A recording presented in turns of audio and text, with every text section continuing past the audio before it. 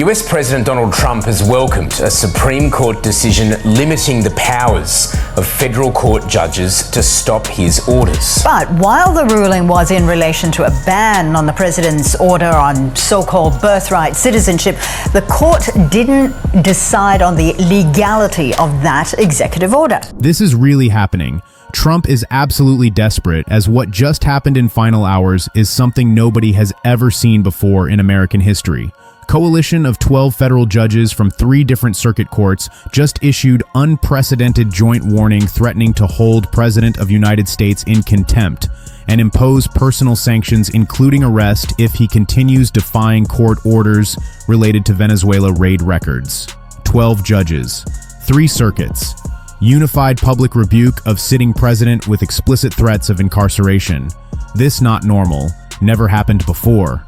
Federal judiciary, third branch of government, one that's supposed to be above politics, one that operates through carefully worded opinions rather than public ultimatums, has essentially declared war on president and given him until midnight to comply or face consequences. Senate conviction vote count just hit 85. Every institution in American government has now turned against Donald Trump. Nowhere left for him to hide. Before we get into this, let's be honest. You can't really trust mainstream media anymore. That's why we built Patrick Smith Show, to bring you real stories, real context. If you want to stay ahead of the headlines, please subscribe. Your subscription actually matters here. All right, let's get into what actually happened.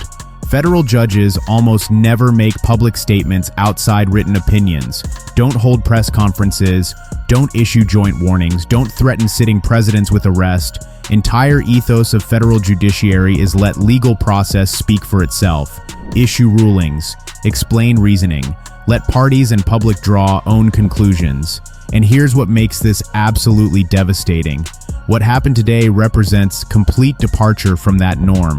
Only makes sense when understand just how egregiously Trump been defying court orders over past several weeks. Share this video with everyone you know, because CCTV footage from Mar-a-Lago showing Trump and his staff destroying documents that were under subpoena, documents that courts had ordered be preserved and produced. That footage represents what these judges calling direct assault on rule of law, not using metaphorical language here, saying president has declared war on judiciary and they're responding in kind. Joint statement that these 12 judges issued, written in language never seen in judicial document before. Want to read some key passages because words themselves extraordinary. They describe Trump's records destruction as constituting, and quoting here, civil war against judiciary. Civil war. That's language federal judges using to describe conduct of sitting president United States. Now here's where it gets really interesting. They cite cumulative pattern of contempt, including Judge Hellerstein's $10 million sanctions, Second Circuit's denial, Trump's emergency appeals, Supreme Court's war powers ruling that invalidated entire legal basis for Venezuela raid. Each of these rulings required Trump take certain actions, preserve documents, produce records, cease certain operations. In each case, either delayed compliance or outright refused. Judges saying this pattern of behavior cannot continue. If Trump does not achieve full compliance with all outstanding court orders by midnight tonight, they will issue arrest warrants. Arrest warrants for President of United States. That's where we are right now. Think about what that means. Timing of this judicial ultimatum clearly connected to everything else that happened today. Judges make that connection explicit in their statement. They reference Joint Chiefs' testimony about Operation Northern Empire, Trump's planned invasion of Greenland, as evidence president poses ongoing threat to constitutional order and cannot be trusted to comply with legal obligations voluntarily. They cite Delta Force operators' testimony about Trump ordering military strikes to proceed, despite abort calls, as evidence of his willingness to cause harm when his authority is challenged. They point to bank foreclosures and business collapse as evidence Trump is desperate and therefore unpredictable. And what happened next?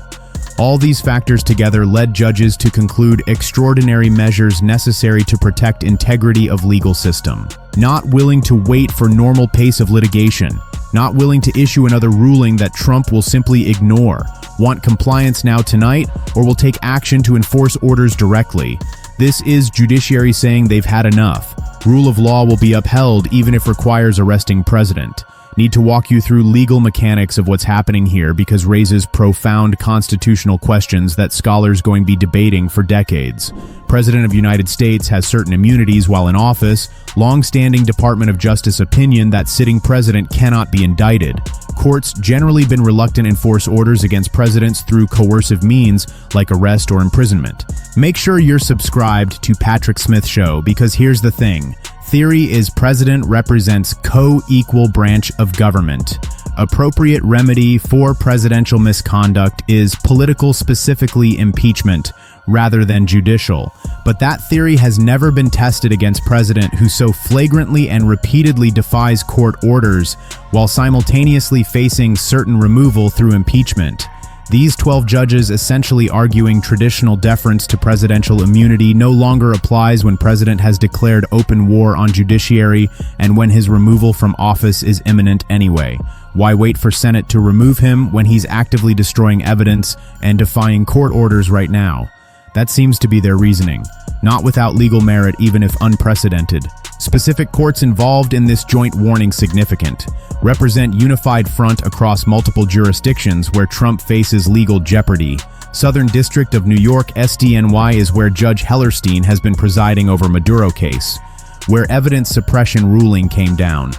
Second Circuit Court of Appeals is appellate court that denied Trump's emergency appeals and upheld Hellerstein's rulings. DC federal courts where many document production orders originated, where National Security Council records were subpoenaed. By issuing joint statement across all three jurisdictions, these judges making clear there's no forum shopping available, no circuit split to exploit, no legal technicality that will allow Trump escape accountability in one court by running to another. Every federal court that has jurisdiction over any aspect of this case has united in demanding immediate compliance. Walls have closed in from every direction, no escape route remaining. And here's what makes this even more significant. Reference to Judge Hellerstein's $10 million sanctions important context, because shows judiciary has already tried less extreme measures. They have not worked. Hellerstein imposed those sanctions weeks ago as penalty for Trump's delays in producing documents related to Venezuela raid. Idea was financial penalties would create incentive for compliance without requiring more aggressive enforcement measures.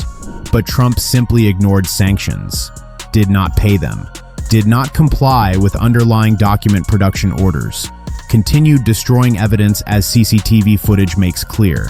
Please share this with everyone. So, judges escalated to this joint warning because previous approach failed completely, gave Trump every opportunity to comply through normal channels.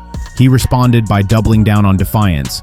At some point, and we've clearly reached that point, judiciary has to be willing to use its full enforcement powers or entire concept of judicial authority becomes meaningless. What's the point of courts issuing orders if sufficiently powerful defendant can simply ignore them without consequence? Now let me walk you through Trump's reaction to judicial ultimatum because it was absolutely unhinged. Played out on live television in a way that genuinely shocked even people who've grown accustomed to his erratic behavior. He called into Fox News, which has become his default platform for these meltdowns. Immediately started ranting about how judges cannot do this, how they are dictators trying to overthrow presidency, was practically screaming into phone, could hear desperation and rage in his voice. And what happened next? Then he said something that going to be played in courtrooms and history classrooms for years to come. Said, and quoting as accurately as can from live broadcast, "I will ignore them all. Judges are dictators and I will ignore them all." That was his response to formal warning from 12 federal judges threatening his arrest. Announced on live television that he intends to continue defying court orders, then hung up. Fox News chyrons immediately flashed arrest threat. Anchors looked genuinely stunned. Even network that's been his most reliable defender did not know what to say. Think about what that means. Senate impeachment managers responded to judicial ultimatum within the hour. Their statement was devastating for any remaining hope Trump might have had of surviving this crisis. Announced Senate conviction vote count has now reached 85. 18 more than 67 required for removal. Described judges' warning as sealing case for unanimous conviction. Their argument straightforward. president who publicly announces his intention to ignore federal court orders is by definition unfit for office. Constitution requires president to take care that laws be faithfully executed. President who declares on live television that he will defy judiciary is doing opposite of faithfully executing laws, actively subverting them. Impeachment managers now predicting final conviction vote could approach unanimous or near unanimous levels. Remaining holdout senators realize voting to acquit would mean endorsing presidential lawlessness in its most extreme form. Some analysts speculating vote could be 90-10 or even higher. Political incentives have completely flipped. Conviction now safe vote. Acquittal is political suicide. But here's where it gets really interesting. International reaction to judicial ultimatum has been swift, underscores just how isolated Trump has become on world stage. European leaders who've been watching American political crisis unfold with mixture horror and fascination now openly expressing relief that constitutional system appears to be working. Danish Prime Minister, who just days ago was warning Trump's Greenland plans could destroy NATO-issued statement praising American judiciary for upholding rule of law. British officials have been in contact with State Department counterparts discussing transition planning for when Trump is removed. Even leaders who have traditionally been friendly to Trump, like those in Poland and Hungary, notably silent, unwilling to defend conduct that their own courts would never tolerate. Narrative has shifted completely. This no longer about political disagreements or policy disputes. This about whether president can simply ignore legal system. Answer from every institution, domestic and international, is resounding no. And here's what makes this absolutely catastrophic for Trump. Convergence of crises happening right now, unlike anything in American history. Want to take a moment to catalog everything that has hit Trump in last 24 hours, because when you see it all together, scale of collapse becomes almost incomprehensible. This morning started with Judge Hellerstein sustaining 17 consecutive defense objections and throwing out entire DOJ case against Maduro, ruling that every piece of evidence was fruit of poisonous tree from Trump's unconstitutional raid. Then banks pulled out. Deutsche Bank, JP Morgan Chase, Citigroup, all demanding immediate repayment of $450 million, initiating foreclosure on Trump Tower, 3 golf courses, and Mar-a-Lago. Then Delta Force operator testified about Trump ordering military strikes to proceed despite abort calls resulting in unnecessary deaths. Then General Schwartz revealed Trump tried to order invasion of Greenland. Joint Chiefs unanimously refused. Then Forbes updated Trump's net worth to negative $3.1 billion. Now 12 federal judges have issued unprecedented joint warning threatening arrest if Trump continues defying court orders. All of this happened in single day. This day going to be remembered as day Trump presidency completely and totally collapsed. Now here's where it gets really complicated. Practical question of what happens next, complicated by fact we're in completely uncharted constitutional territory. If Trump continues defying court orders past midnight deadline, which based on his Fox News rant, seems likely judges have said they will issue arrest warrants. But who enforces arrest warrant against sitting president? U.S. Marshal Service is part of executive branch that Trump theoretically controls. Secret Service obligated to protect him. Military has already demonstrated through Joint Chiefs testimony that they will not follow unlawful orders. But arrest warrant not same as order to invade Greenland. Constitutional scholars genuinely divided on how this would play out procedurally. Some argue marshals would be obligated to enforce valid court order regardless of who target is. Others argue appropriate remedy still political. Judges should refer matter to Senate impeachment trial. Let removal happen through that process rather than attempting direct arrest. What seems clear is we're going to find out very soon, because Trump has made clear he has no intention of complying. Think about what that means. Complete abandonment of Trump by every major American institution, now total. Want to emphasize just how unprecedented that is. Military leadership refused his orders and testified against him. Federal judiciary has threatened him with arrest. His own party speaker has publicly broken with him. 85 senators, including significant number of Republicans, committed to voting for his conviction and removal. Major banks have foreclosed on his properties and demanded repayment of loans. Insurance industry has refused to cover him. His own lawyers keep quitting or getting arrested. His business empire filing for bankruptcy. His net worth has gone from billions positive to billions negative. Literally no institution left that willing to defend him. He's completely alone, isolated in Mar-a-Lago, watching on television as everything he built collapses while judges threaten to arrest him and senators prepare to remove him from office. Most comprehensive institutional rejection of president in American history, possibly in history of any modern democracy. And what happened next? Midnight deadline going to come and go in few hours, then we'll see what happens. My prediction based on everything we've seen is Trump will not comply. Has made clear through public statements that he views judiciary as enemies engaged in coup against him. Has announced intention to ignore all court orders. Psychologically incapable of backing down or admitting defeat. So when midnight passes without compliance, judges will face choice. Follow through on their threat and issue arrest warrants, or back down and undermine everything they just said. I believe they will follow through. These are serious judges who put professional reputations online by issuing this unprecedented joint warning.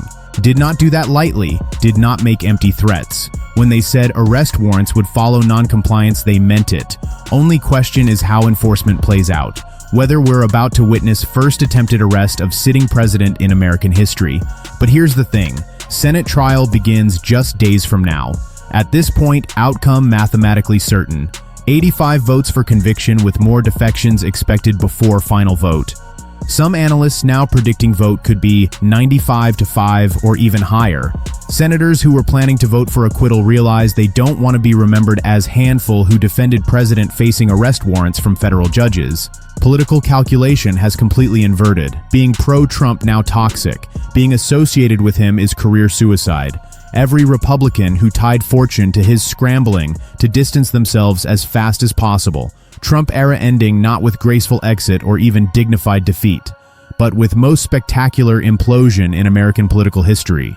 President facing impeachment conviction, bankruptcy, liquidation, judicial arrest threats, unified opposition of every major institution simultaneously.